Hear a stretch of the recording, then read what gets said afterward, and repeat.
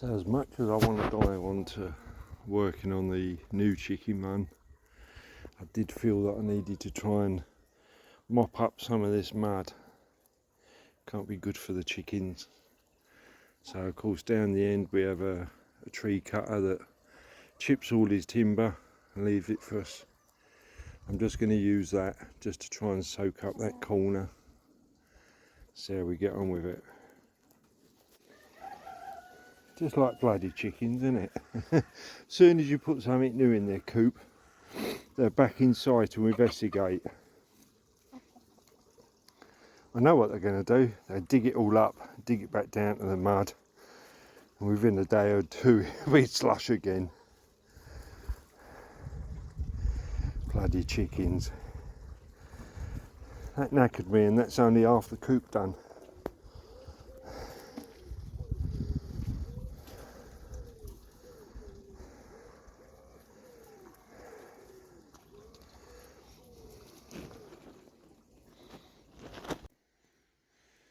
Okay, that's the backside finished.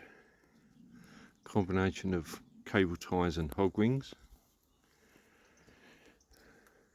Just that front panel left to do, and then we can start the second fix. So that's the Temu chicken run, totally wired in using their roll of chicken mesh. I'm quite surprised actually, because when I read reviews it said there weren't enough mesh to cover it all. I can only put that down to perhaps those people who've never wired up an aviary before and know that wire has got a bit of stretch in it. Perhaps they've been overlapping the wire, whatever. I had plenty of wire because I've got some left over. Anyhow, I've got another 30-metre roll of weld mesh now to run all around the outside, but I've run out of cable ties. So what I'm going to do is pre-cut the bigger mesh that I'm going to be laying down. That gets laid all the way around the outside, stop anything digging under. I'll just lay it in situ until I get some more cable ties, and then I'll put the second layer on. And that's how I put my mesh down. Now I know a lot of people would suggest digging a trench and burying it so as it's upright. It'll rust. It don't matter what you put in the ground, even stainless steel, it will rust if it's constantly wet. I much prefer to do it this way. And most animals are dumb enough that they want to dig near the fence. In time the grass will grow up through it, so you won't see it, like I've done on this one.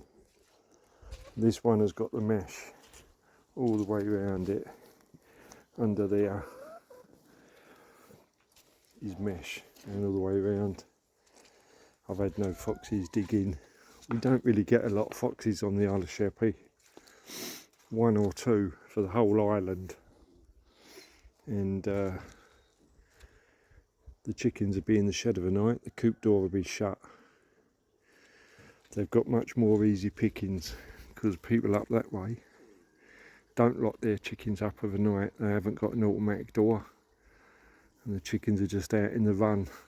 So they will be the first ones to have a fox attack, and then that'll let me know to beef up security. But I will carry on going round until it starts raining, and then I'll go to the pub. So that's all the exterior mesh done. Just need to get some cable ties now. Look, Gloria followed me round here.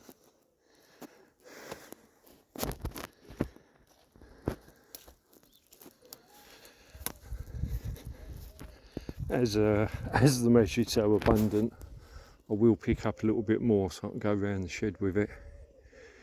And I'll also put some mouse mesh around the bottom of the shed, just so we can't, or just so we don't get rats or mice building nests under there. But yeah, get some cable ties and then I can get the weld mesh put on as well, cable tie all the bottom up. Then I'll be using this timber doubled up so as it's higher, and that gets screwed on the inside all the way round, barring where the fridges are of course, just to allow me to raise up the coop to ground level. Even though it's going to get a waterproof tarpaulin over the top of all of it, I've decided rather than using sand in there, I'm just going to use the chip-ins that we get off of the tree guys, where they put everything through the chipper.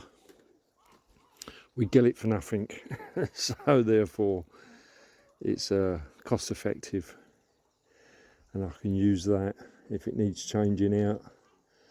I'm sure one of the many allotment holders down here won't mind having it as a bit of compost put onto theirs.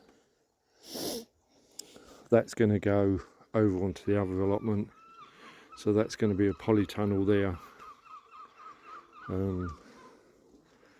And I've got to decide whether to keep the bees or not. But there we have it.